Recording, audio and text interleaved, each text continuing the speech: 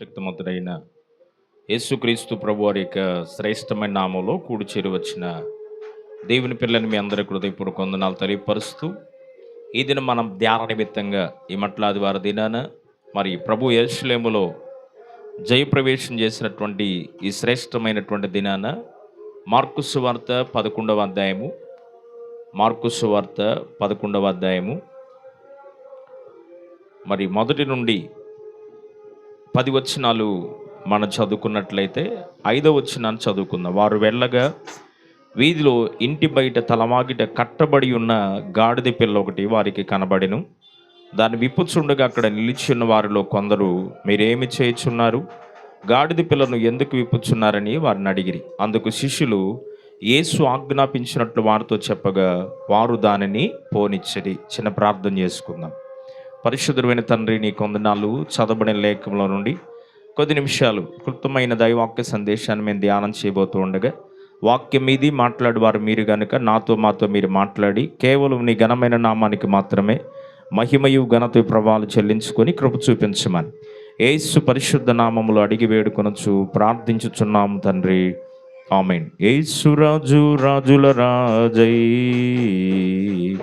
త్వరగా వచ్చుచుండే, యేసు రాజు రాజుల రాజై త్వరగా వచ్చుచుండే,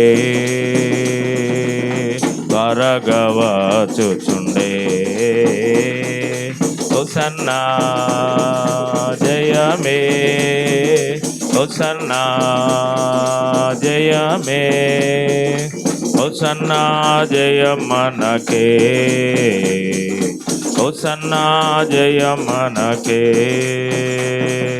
హోసన్నా జయం మనకే, హోసన్నా జయం మనకే. హల్లెలూయా. ఈ మట్లాదివార దినాన ప్రభు పాసనదులో మనం చదువుకున్న దేవుని వాక్యంలో నుండి కొన్ని మాటలు, శ్రేష్టమైనటువంటి అమూల్యమైనటువంటి దేవుని మాటలు మనం ఆలకిద్దాం.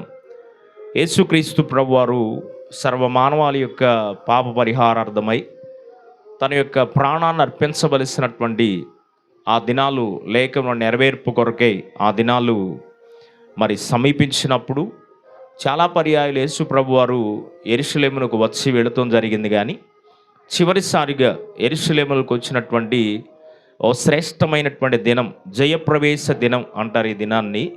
దీనినే మట్లాదివార దినంగా మనం అందరం చేస్తున్నాం. ఆ రోజుల్లో మరి మార్కు సువార్త 11వ అధ్యాయం 1వ వచనం నుండి 10వ వచనం వరకు మనం చదివితే, దావీదు పేరిట వచ్చేవానికి జయము, మరి ప్రభువు పేరిట వచ్చేవాడు స్తుతింపబడునుగాక, సర్వోన్నతమైనటువంటి స్థలముల్లో దేవునికి మహిమ అని వారు ఖర్జూర మట్టలు పట్టుకొని యేసుక్రీస్తు ప్రభు వారిని మరి జయోత్సాహముతో ఊరేగించినటువంటి సందర్భాన్ని పరిశుద్ధ గ్రంథంలో మనం చదువుకున్నాం. అయితే ఈ భాగంలో చాలా విశేషమైనటువంటి సంగతులు ఉన్నాయి.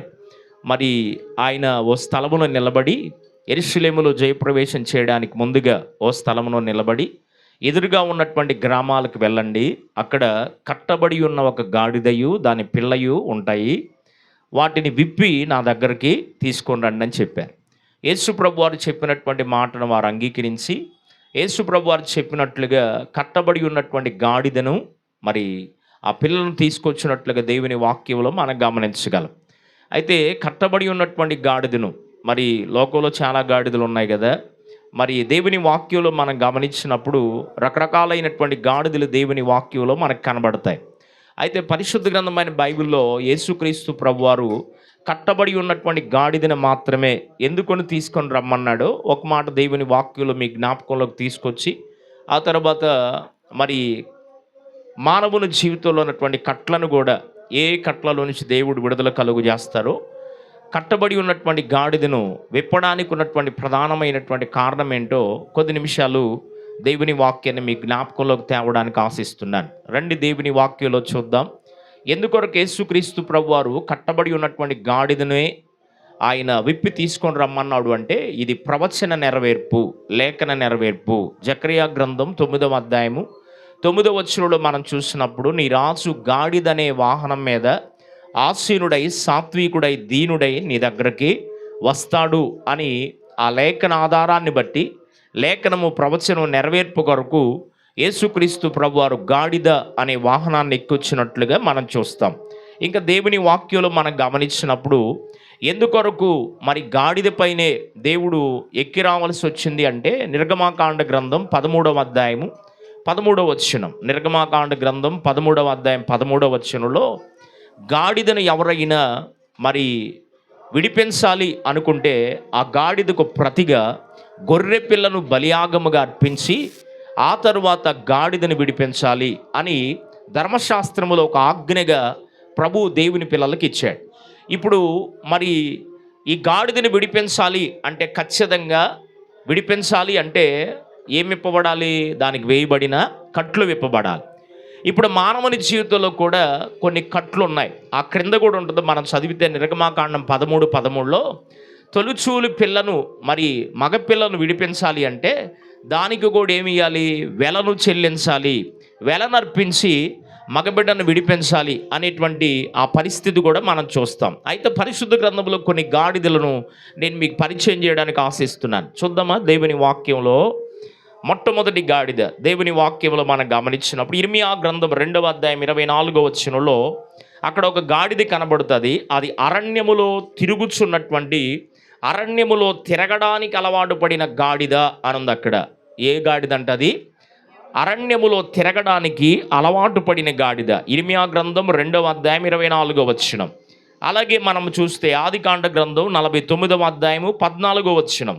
ఆదికాండం 49:14లో 2 దొడ్ల మధ్యన ఉన్నటువంటి గాడిద అంటే 2 మరి దొడ్లు గాడిదలను కట్టేసినటువంటి దొడ్ల మధ్యలో, రెండిటి మధ్యలో అటు లేదు చెప్పాలి ఇటు లేదు, 2 దొడ్ల మధ్యలో ఉన్నటువంటి గాడిద అక్కడ మనకు కనబడుతుంది. మూడవదిగా మనం చూస్తే దేవుని వాక్యంలో మనం గమనించినప్పుడు మరి కీర్తనల గ్రంథం 32వ అధ్యాయం, కీర్తనల గ్రంథం 32వ కీర్తన 9వ వచనం, 32వ కీర్తన 9వ వచనంలో అక్కడ కూడా ఉంటుంది జ్ఞానము లేని గాడిద అన్నాడు. ఏం గాడిద అంటది? జ్ఞానము లేని గాడిద. తర్వాత సంఖ్యాకాండం 22వ అధ్యాయంలో, సంఖ్యాకాండం 22వ అధ్యాయము 28 నుండి 30 వచనాలు మనం చూస్తే బిలాము ప్రవక్తకు బుద్ధి చెప్పిన గాడిద అక్కడ మనకు కనబడుతుంది. ఎవరికంట? ప్రవక్త అయినటువంటి దేవుని నోటి మాటగా ఉన్న ప్రవక్తకు బుద్ధి చెప్పినటువంటి గాడిద మరి సంఖ్యాకాండం 22వ అధ్యాయం 28 నుండి 30 వచనాల్లో, 22వ అధ్యాయం 28, 30 వచనాల్లో మనకు కనబడుతుంది. దేవుని వాక్యములు మనం గమనించినప్పుడు మత్తయి సువార్త 21వ అధ్యాయము 7వ వచనంలో మనం చూస్తే, మత్తయి సువార్త 21వ అధ్యాయము 7వ వచనంలో మనం చూస్తే అక్కడ యేసు ప్రభు వారిని తన పైన ఎక్కించుకొని యేసును మోసిన గాడిద కనబడింది. ఎవరు గాడిద అంటే ఇది? యేసు ప్రభు వారిని తన పైన యేసును ఎక్కించుకొని జయోత్సాహముతో యెరూషలేములోనికి యేసును మోసుకొని వెళ్ళిన గాడిద మరి దేవుని వాక్యములో మనకు కనబడుతుంది. జకర్యా గ్రంథం 9:9 వచనంలో మనం చూస్తే దేవునిని గణపరిచిన గాడిద కనపడింది. ఏ గాడిద అంట? దేవునిని గణపరిచిన గాడిద. ఇంకా మనం చూస్తే మత్తయి సువార్త 21వ అధ్యాయం 2వ వచనంలో, మత్తయి సువార్త 21వ అధ్యాయం 2వ వచనంలో మనం చూస్తే కట్లు విప్పబడిన గాడిద కనబడింది. ఏ గాడిద అంట? కట్లు విప్పబడిన గాడిద. మొత్తం ఎన్ని గాడిదలు? 7 గాడిదలు. మళ్ళా చెప్తాను. అరణ్యములో తిరగడానికి అలవాటు పడిన గాడిద, 2 దొడ్ల మధ్య ఉన్నటువంటి గాడిద, జ్ఞానము లేని గాడిద, ప్రవక్తకు బుద్ధి చెప్పిన గాడిద, దేవుణ్ణి గణపరిచిన గాడిద, ప్రభువుని మోసిన గాడిద, చివరిగా కట్లను విప్పబడిన గాడిద. యేసునామానికి మహిమ కలుగునుగా. హల్లెలూయా. ఇప్పుడు గాడిదను మాత్రమే ప్రభువు విప్పడానికి ఉన్న ప్రధానమైనటువంటి కారణం ఏంటి అంటే మానవుని యొక్క పరిస్థితి కూడా ఎలాగుందంటే కట్ల చేత బంధించబడి ఉన్నాడు. మానవుడు కూడా ఎలాగున్నాడు?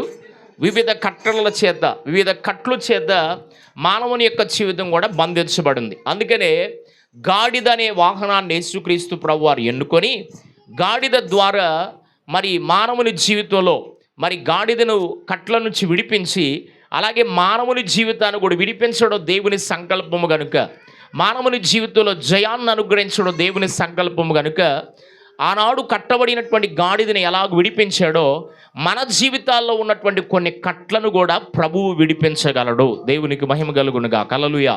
ఏ ఏ కట్ల నుంచి దేవుడు విడిపిస్తాడో కొన్ని మాటలు దేవుని వాక్యంలో మనం చూద్దాం. పరిశుద్ధ గ్రంథమైన బైబిల్లో నుండి మనం జ్ఞాపకం చేసుకుంటే లూకాసు సువార్త 13వ అధ్యాయం, లూకాసు సువార్త 13వ అధ్యాయము 16వ వాక్యం మనం చూస్తే రోగపు కట్ల నుంచి దేవుడు మనకు విడుదలిస్తాడు. ఏ కట్లు అంటే అవి రోగము అనబడిన కట్ల నుంచి. ఎందుకు రోగాలు వస్తున్నాయి మనిషికి అంటే దేవుని వాక్యములో కీర్తనల పుస్తకం 38వ కీర్తనలో మనం చదివితే దేవుని కోపం వలన, మానవుని యొక్క పాపం వలన, మానవుని యొక్క దోషం వలన, మూర్ఖత వలన గాయములు, రోగములు ఏర్పడుతున్నాయి అని దేవుని వాక్యములో మనం గమనించగలం. అట్లయితే మనం ఆరాధించే దేవుడు ఆనాడు గాడిదను వెలవిచ్చి విడిపించేటువంటి పద్ధతిని ధర్మశాస్త్రములో ఉంటే, యేసుక్రీస్తు ప్రభు వారికి కావాలి అని ఎవరైనా మిమ్మల్ని అడిగితే మీరు ఎవరికి కావాలని చెప్పాలి?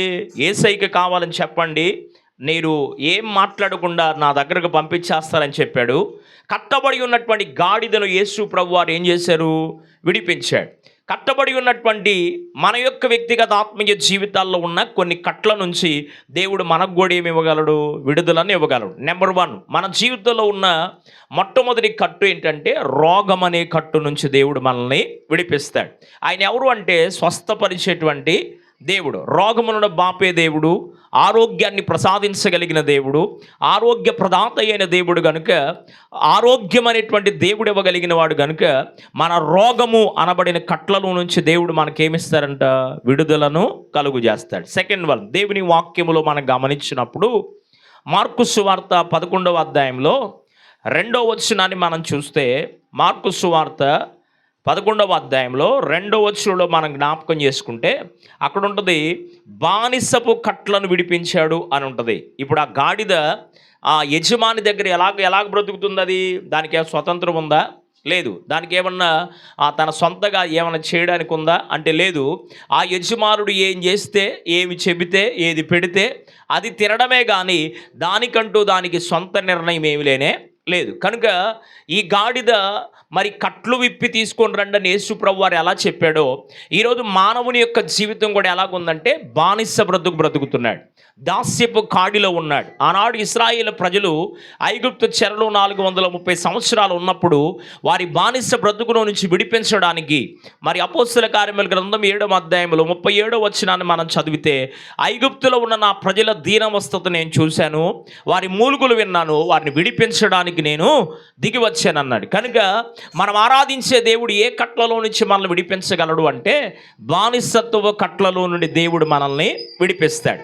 బానిస బ్రతుకులో నుండి దేవుడు మనల్ని విడిపిస్తాడు. సహజంగా ఓ బానిసను విడిపించాలి అంటే ఖచ్చితంగా ఏం చెల్లించాలి? తగిన మూల్యము చెల్లిస్తేనే ఆ బానిస విడుదల పొందుతాడు. తగిన మూల్యం చెల్లించకుండా బానిసను విడిపించడానికి మనుషుడికి ఏమి లేదు, అధికారం లేదు. ఓ బానిస విడిపించబడాలి అంటే ఖచ్చితంగా తగిన మూల్యం, ధరను చెల్లించాలి, వెలను చెల్లించాలి. లేకపోతే యజమానుడు ఏం కోరుకున్నాడో దానిని ఖచ్చితంగా చెల్లించవలసినటువంటి బాధ్యత మరి విడిపించాలి అనుకున్న వ్యక్తికి ఉంది. కనుక ఈ బానిసత్వపు కాడిలో నుండి దేవుడు మనల్ని ఏం చేయగలడు అంటే విడిపించగలిగినటువంటి వాడు. రకరకాలైనటువంటి కాడుల కింద మానవుడు ప్రయాణం చేస్తున్నాడు. రకరకాలైనటువంటి బానిస బ్రతుకు మానవుని యొక్క జీవితంలో మనుషుడు బ్రతుకుతూ ఉండగా ఈ బానిసత్వపు కాడి నుండి జీవము కలిగిన యేసు ప్రభువు వారు ఏం చేస్తున్నాడంటే బానిసత్వపు కాడి నుండి మనల్ని విడిపిస్తున్నాడు. దేవునికి మహిమ కలుగునుగా. హల్లెలూయా. మరొక మాట చూపిస్తాను. దేవుని వాక్యములో మనం జ్ఞాపకం చేసుకుంటే పరిశుద్ధ గ్రంథమైన బైబిల్లో మనం చూస్తే 116వ కీర్తన 16వ వాక్యం, 116వ కీర్తన 16వ వాక్యాన్ని మనం చూస్తే, నీ సేవకుడు రైట్, నీవు నా కట్లను విప్పి ఉన్నావు అన్నాడు. దావీదు యొక్క వ్యక్తిగత జీవితాన్ని మరి 116వ కీర్తన దావీదు యొక్క వ్యక్తిగత జీవితాన్ని మనం జ్ఞాపకం చేసుకోవచ్చు. దావీదు ఆయన ఈ కీర్తన రాస్తూ, నేను ఒకప్పుడు పాపములో ఉన్నాను, శాపములో ఉన్నాను, బలహీనతలో ఉన్నాను, జికట కలిగినటువంటి ఊబిలో నేను ఉండగా నా దేవుడు నా పాపపు బానిసత్వ కాడి నుంచి నన్ను ఏం చేశాడు? విడిపించాడు అని రాస్తూ వచ్చాడు. కనుక మొట్టమొదటిగా మనం చూసాం, రోగం అనే కట్ల నుంచి దేవుడు మనల్ని విడిపిస్తాడు. బానిసత్వం అనే కట్ల నుంచి దేవుడు విడిపిస్తాడు. మూడవదిగా పాపం అనే కట్లలో నుండి దేవుడు మనల్ని విడిపిస్తాడు. నాలుగవదిగా చూస్తే దేవుని వాక్యంలో యోహాను సువార్త 11వ అధ్యాయం 44వ వచనాన్ని మనం చదివితే, యోహాను సువార్త 11వ అధ్యాయము 44వ వచనాన్ని మనం చూస్తే, అక్కడ మరణము నుండి దేవుడు విడుదల కలుగు చేశాడు. రోగాన్ని విడిపించేవాడు ఆయనే, పాపాన్ని విడిపించేవాడు ఆయనే, బానిస బ్రతుకుని విడిపించేవాడు ఆయనే. ఇక్కడ అంటున్నాడు మరణాన్ని కూడా విడిపించేవాడు ఆయనే. ఏం సందర్భం ఉంది అక్కడ? లాజరు మరియ మార్తల యొక్క కుటుంబము కనబడుతుంది. లాజరు మరియ మార్తల కుటుంబంలో లాజరు చనిపోయాడు. వాస్తవానికి యేసు ప్రభువు వారికి ఎప్పుడు వార్త వెళ్ళింది? లాజరు రోగిగా ఉన్నప్పుడు తెలియపరిచాడు. రోగిగా ఉన్నప్పుడు యేసు ప్రభు వారి యొక్క స్నేహితుడిగా ఎంచబడిన లాజరు సంగతి తెలియపరిస్తే, యేసు ప్రభు వారు ఎప్పుడు వెళ్ళారు? చనిపోయి సమాధిలో పెట్టిన తర్వాత వెళ్ళాడు. అక్కడున్నటువంటి చాలామంది యూదులు వచ్చారు, ఆదరించారు, పరామర్శించారు. యేసు ప్రభు వారు కూడా లాజరు చనిపోయినటువంటి సంగతిని తెలుసుకొని యేసు ప్రభు వారు కూడా ఏం చేశాడు? కన్నీళ్లు విడిచాడు. యేసు ప్రభు వారు కూడా కన్నీళ్లు విడిచినటువంటి మరి ఆ సందర్భంలో కేవలం కన్నీళ్లు మాత్రం విడిచి గమ్మునుండలేదు, కానీ ఆ సమస్యకు పరిష్కారాన్ని ప్రభువు కలుగు చేశాడు. దేవునికి మహిమ కలుగునుగా. హల్లెలూయా. ఏంటి ఆ సమస్యకు పరిష్కారం అంటే, ఇద్దరు అక్క చెల్లెళ్ళే ఉన్నారు, మగదిక్కులేనటువంటి కుటుంబముగా ఆ కుటుంబం అయిపోయింది. కనుక ఆ కుటుంబానికి జీవము కలిగిన దేవుడు ఏం చేశారంటే, మరణములో నుండి లాజరును జీవములోనికి దాటింపజేశాడు. Praise the Lord. హల్లెలూయా. మరణం అనేటువంటి కట్లలో నుంచి దేవుడు ఏం చేశారంట? విడుదలను దేవుడు కలుగు చేశారు. కనుక ఈ మట్లాది వారి దినాన ప్రభు బిడలుగా చేరి వచ్చిన మన వ్యక్తిగత ఆత్మీయ జీవితాల్లో మరి ఆ గాడిద యొక్క ఒకవేళ అలాంటి స్వభావాన్ని మనం కలిగి ఉన్నామేమో, అలాంటి రోగం అనే కట్లు మన జీవితంలో ఉందేమో, ఒకవేళ పాపం మనల్ని ఏలుబడి చేస్తుందేమో, ఒకవేళ దేనికైనా బానిసలమైపోయి మనం బ్రతుకుతున్నామేమో, ఒకవేళ మరణకరమైనటువంటి పరిస్థితుల్లో మన వ్యక్తిగత ఆత్మీయ జీవితం ఉందేమో, మన జీవితాన్ని మనం ఏం చేసుకోవాలంటే ఈ మట్లాది వారి సందర్భంగా మన జీవితాన్ని మనము పరిశీలన చేసుకోవాలి. అందుకనే ప్రభువు యెరూషలేములోకి జయప్రవేశాన్ని చేస్తున్న ఈ దినాన ఆయన పిల్లలైనటువంటి మన జీవితాల్లో కట్లను విడిపించడానికి కొరకే, కట్లను విడిపించి పాపం మీద, రోగం పైన, శాపం పైన, దోషం పైన, అన్నిటిపైన జయాన్ని మనకి ఇవ్వడానికి ఆయన ఈ లోకానికి దిగి వచ్చిన దేవుడుగా ఉన్నాడు. దేవునికి మహిమ కలుగునుగా. హల్లెలూయా. ప్రకటన పుస్తకం 3వ అధ్యాయము 21వ వచనాన్ని మనం చూస్తే, ప్రకటన పుస్తకం 3వ అధ్యాయం 21వ వచనంలో మనం చూస్తే అక్కడ ఒక చక్కని మాట అంటాడు, నేను జయించిన వారిని నా తండ్రితో కూడా ఆయన సింహాసనమందు కూర్చుండి ఉన్న ప్రకారము జయించిన వారిని నాతో కూడా పరదైసులో నా తండ్రి సింహాసనం ఎదుట నేనేం చేస్తాను? కూర్చుండబెట్టుకుంటాను అన్నాడు. దేవునికి మహిమ కలుగునుగా. హల్లెలూయా. ఇదే ప్రకటన గ్రంథం 7వ అధ్యాయంలో మనం చూస్తే ఓ చక్కని అనుభవాన్ని మరి దేవుని భక్తుడైనటువంటి యోహాను గారు రాస్తూ వచ్చాడు. దేవుని వాక్యంలో మనం జ్ఞాపకం చేసుకుంటే 14వ వచనం, 7:14, నేను అయ్యా నీకే తెలియననగా అతడు ఇలాగు నాతో చెప్పెను, వీరు మహాశ్రమల నుండి వచ్చిన వారు గొర్రెపిల్ల రక్తములో తమ వస్త్రములు ఉదుక్కొని వాటిని తెలుపు చేసుకొనిడి, అందువలన వారు దేవుని సింహాసనం ఎదుట ఉండి రాత్రింబగళ్ళు ఆయన ఆలయములో ఆయన సేవించుచున్నారు. సింహాసనాసీనుడైన వాడే తానే తన గుడారము వాని మీద కప్పును, వారికి ఇక మీద ఆకలి అయినను దాహమైనను ఉండదు, సూర్యుని ఎండైనను ఏ వడగాలి అయినను వారికి తగులదు. ఏలయనగా సింహాసనము మధ్య నుండి గొర్రెపిల్ల వారికి కాపరి అయి జీవజలముల బుగ్గల యొద్దకు వారిని నడిపించును. దేవుడే వారి కన్నుల నుండి ప్రతి బాష్ప బిందువును తుడిచివేయును. దేవునికి మహిమ కలుగునుగా. హల్లెలూయా. ఎవరికంట విడుదల? ఎవరికి దేవుడు కట్లను విప్పుతానని మాట్లాడుతున్నాడు? వెలనిచ్చి గాడిద పిల్లను విడిపించాలని ధర్మశాస్త్రములో మోషే ద్వారా ఇశ్రాయేలు ప్రజలకు చెప్పబడిన మాట ప్రకారంగా జకర్యా గ్రంథం 9వ అధ్యాయం 9వ వచనం ప్రవచన నెరవేర్పు ప్రకారంగా కట్టబడి ఉన్నటువంటి గాడిదను ఎలాగైతే విడిపించాడో, రకరకాలైనటువంటి కట్లు చేత మానవుడు బానిస బ్రతుకుతా పాపం అనే, శాపం అనే, దోషం అనే, అతిక్రమం అనే మరణకరమైనటువంటి పరిస్థితుల్లో ఉన్న మానవుని విడిపించడానికి ఈ లోకానికి దిగి వచ్చాడు. కేవలం ఈ లోకానికి దిగి రావడమే గాక 33.5 సంవత్సరాలు ఈ లోకంలో జీవించి నీ కొరకు నా కొరకు గాయపరచబడ్డాడు, నలగొట్టబడ్డాడు, పిరుగుతులు కొద్దబడ్డాడు. నాగటి చాళ్ళవలే ఆయన శరీరము దున్నబడింది. యోహాను సువార్తలో రాస్తాడు భక్తుడైనటువంటి యోహాను గారు, ఇదిగో లోక పాపములో మోసుకొని పోవు దేవుని గొర్రెపిల్ల. గాడిదకు ప్రతిగా గొర్రెపిల్లను అర్పించాలి. వాస్తవానికి మనం చేసిన తప్పులకి ఎవరు శిక్ష అనుభవించాలి? మనమే అనుభవించాలి. కానీ మనకు ప్రతిగా, మనకు మారుగా ఎవరు అనుభవించారు శిక్ష? యేసుక్రీస్తు ప్రభువారు శిలువ పైన ఆయన శిక్షను అనుభవించాడు. కనుక ఇంకా ఒకవేళ బానిస బ్రతుకుతుంటే, ఇంకా ఒకవేళ పాపాన్నే చేస్తూ బ్రతుకుతుంటే, ఇంకా ఒకవేళ రోగం అనే కట్లలోని అలాగూ ప్రయాణం చేస్తూ ఉంటే, యేసు రక్తము ప్రతి పాపము నుండి మనల్ని ఏం చేయగలదు? పవిత్రులుగాను నీతిమంతులుగా మార్చగలదు. కనుక యేసుక్రీస్తు ప్రభువారి యొక్క రక్తము చేత కడగబడినటువంటి వారే రేపు దేవుని సింహాసనము దగ్గర కూడా ఉండబోతున్నారు. దేవునికి మహిమ కలుగునుగా. హల్లెలూయా. యేసు రక్తముతో కడగబడి విమోచించబడి యేసు ప్రభువుని నమ్మి బాప్తిసం తీసుకొని యేసు యొక్క రక్తము చేత అనుభవముతో కడగబడినటువంటి వారి యొక్క వ్యక్తిగత దైనందిన జీవితాలు రేపు పరలోక రాజ్యములో కూడా దేవుని సింహాసనం ఎదుట వారే ఉండబోతున్నారు. వారిని గురించి ప్రకటన పుస్తకంలో యోహాను గారు మాట్లాడుతూ అంటున్నాడు. యోహాను గారు దర్శనాన్ని చూస్తూ మాట్లాడుతూ వచ్చాడు. అక్కడ అయ్యా వీరెవరు అని అడిగితే అప్పుడు చెప్తుంది దేవుని దూత, ఏమని తెలుసా? వీరెవరో తెలుసా?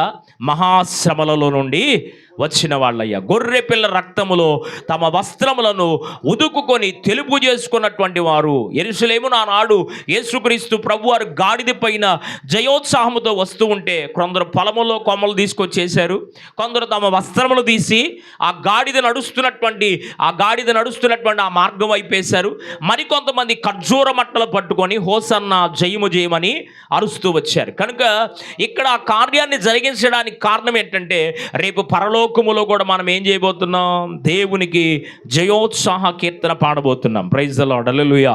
అక్కడ కూడా ఖర్జూర మట్టలు పట్టుకొని దేవునికి స్తోత్రము స్తోత్రము స్తోత్రం అని, పరిశుద్ధుడు పరిశుద్ధుడని అక్కడ కూడా మనం ఏం చేయబోతున్నాడు? స్తోత్ర గానములు దేవునికి సమర్పించబోతున్నాం. కనుక అక్కడికి నీవు వెళ్ళబడాలి అంటే, ఆ సింహాసనం యొద్దకు నీవు చేర్చబడాలంటే, నీ బ్రతుకులో నా బ్రతుకులో ఇంకా ఒకవేళ ప్రభువుకు దూరంగా ఉన్నామేమో, కట్ల చేత మనం కట్టబడి ఉన్నామేమో, దేని చేత అయినా బంధించబడి ఉన్నామేమో, మన వ్యక్తిగత ఆత్మీయ జీవితాన్ని మనం ఏం చేసుకోవాలంటే పరిశీలన చేసుకోవాలి. ఒకవేళ నేను రక్షించబడ్డానయ్యా, ప్రభు రక్తంతో కడగబడ్డాను, నమ్మేను, బాప్తిసం తీసుకున్నానంటే మన వ్యక్తిగత ఆత్మీయ జీవితాల్లో ఇంకా మరి శుద్ధీకరణ చేసుకోవాల్సిన ఏమైనా ఉంటే దేవుని వాక్యములో ప్రకటన పుస్తకంలో ఒక చక్కని మాట అంటాడు. చివరి అధ్యాయంలోకి రండి. చివరి అధ్యాయం, ప్రకటన పుస్తకం చివరి అధ్యాయంలో ఓ శ్రేష్టమైనటువంటి మాట భక్తుడు మాట్లాడుతూ ఉంటాడు. దేవుని వాక్యములో మనం గమనించినప్పుడు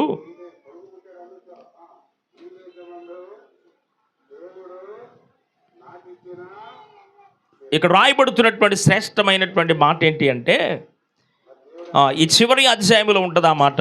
అన్యాయస్తుడిగా ఉండనిమ్ము. 11వ వచనం, 22:11. అన్యాయము చేయవాడికను అన్యాయమే చేయనిమ్ము, అపవిత్రుడైన వాడికను అపవిత్రుడిగానే ఉండనిమ్ము, నీతిమంతుడిగానే ఉండనిమ్ము, పరిశుద్ధుడు ఇంకను పరిశుద్ధుడుగానే ఉండనిమ్ము. ఇదిగో త్వరగా వచ్చుచున్నాను, వాని క్రియల చొప్పున ప్రతి వారికి ఇచ్చుటకు నేను సిద్ధపరిచిన జీతము నా యొద్ద ఉన్నది అన్నాడు. Praise the Lord. హల్లెలూయా. ప్రభువు మన కొరకు ఏం సిద్ధపరిచాడంట? జీతాన్ని సిద్ధపరిచాడు. ఒకవేళ నీవు రక్షించబడ్డావు, ప్రభువులో బాప్తిసం తీసుకున్నావు, సంఘంలో నమ్మకంగా కొనసాగుతున్నావు, ఆత్మీయ జీవితాన్ని కాపాడుకున్నావు అంటే మంచిదే. నువ్వు అలాగే ఉండు పరిశుద్ధుడిగా. నీవు అలా పరిశుద్ధుడిగా ఉంటే ప్రభు అంటున్నాడు, నేను వచ్చినప్పుడు నాతో కూడా నువ్వు ఉండడానికి నా తండ్రి సింహాసనం ఎదురుకు నేను నిన్ను తీసుకెళ్ళబోతున్నాను. Praise the Lord. హల్లెలూయా. ఒకవేళ ఇంకా ఏదైనా బలహీనత మన జీవితంలో ఉంటే, ఒకవేళ ఇంకేదైనా పాపం కట్టబడినటువంటి స్థితి మన జీవితంలో ఉంటే, ఏదైనా బంధించబడినటువంటి అనుభవం మన జీవితాల్లో ఉంటే, పశ్చాత్తాపడుతూ ప్రభు దగ్గర మనం ఏం చేయాలి? ప్రార్థన చేయాలి. అందుకని అంటున్నాడు, నాతో కూడా జయించిన వారిని నా తండ్రి సింహాసనం ఎదుట నేను తీసుకెళ్తాను. పాపాన్ని జయిద్దాం, శాపాన్ని జయిద్దాం, రోగాన్ని జయిద్దాం. మన శక్తి సరిపోదు వీటిని జయించడానికి. జీవము కలిగిన దేవుని యొక్క ఆత్మ సహాయతను మరి ప్రభు యొక్క పాదసన్నిధిలో మనం కోరుకుందాం. ఇంకా ఎవరైనా రక్షణ పొందిన వారు ఉంటే రక్షించబడండి. యేసు ప్రభు నోటితో ఒప్పుకొని హృదయం విశ్వసించి పశ్చాత్తాపడి మారు మనసు రక్షణ అనుభవంలోకి రండి. ఒకవేళ రక్షించబడ్డారు అంటే నిశ్చయముగా మన జీవితాన్ని, ఇంకా ఎక్కడైనా మన జీవితాల్లో లోపం ఉందా, అవిధేయత ఉందా, ప్రభువుకు అవిధేయకరమైన జీవితం మన జీవితంలో ఎక్కడైనా ఉందా, మనం పరిశీలన చేసుకుందాం. అట్టి కృప పరిశుద్ధాత్మ దేవుడు మనకు అనుగ్రహించునుగాక. తల్ల వంచండి, కళ్ళు మూసుకోండి. విత్తమన్న వాక్యం కోసం చిన్న ప్రార్థన. పరిశుద్ధుడైన తండ్రి, నీకు వందనాలు. విత్తమన్న వాక్యానుసారంగా నాయన కట్టబడి ఉన్నటువంటి గాడిదను నీవు ఎలా విడిపించావో, మానవుని జీవితంలో కూడా కట్టబడినటువంటి కొన్ని కట్లలో నుంచి విడిపించడానికి అమూల్యమైన మీ రక్తాన్ని మా కొరకు దారబోసి జయమును మాకు అనుగ్రహించడానికి కొరకే మీరు ఆయుత్తబడి సిద్ధపడి మా కొరకు మీరు జరిగించినటువంటి శ్రేష్టమైనటువంటి కార్యం బట్టి మీకు వందనాలు.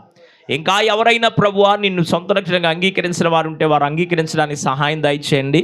అంగీకరించిన మేము పరిశుద్ధతలో బ్రతకడానికి సహాయం చేసి మా యొక్క క్రియలను బట్టి మాకు ప్రతిఫలం ఇచ్చే దేవుడు నీవని నమ్మి విశ్వాసంతో ముందుకు సాగడానికి అట్టి కృపను, సమాధానాన్ని మీరు మాకు కలుగు చేసి బలపరచమని, కృప చూపించమని యేసు పరిశుద్ధ నామములో వాక్యాన్ని వింటున్న వారందరి జీవితాల్లో కూడా నీ బలమును, శక్తిని, కృపను మీరు అనుగ్రహించి నీ కార్యము జరిగించమని యేసు పరిశుద్ధ నామములు అడిగి వేడుకొనుచు ప్రార్థించుచున్నాము తండ్రి. ఆమేన్. దేవుడు సదాకాలం మనకు తోడైండు నడిపించునుగాక. ఆమేన్.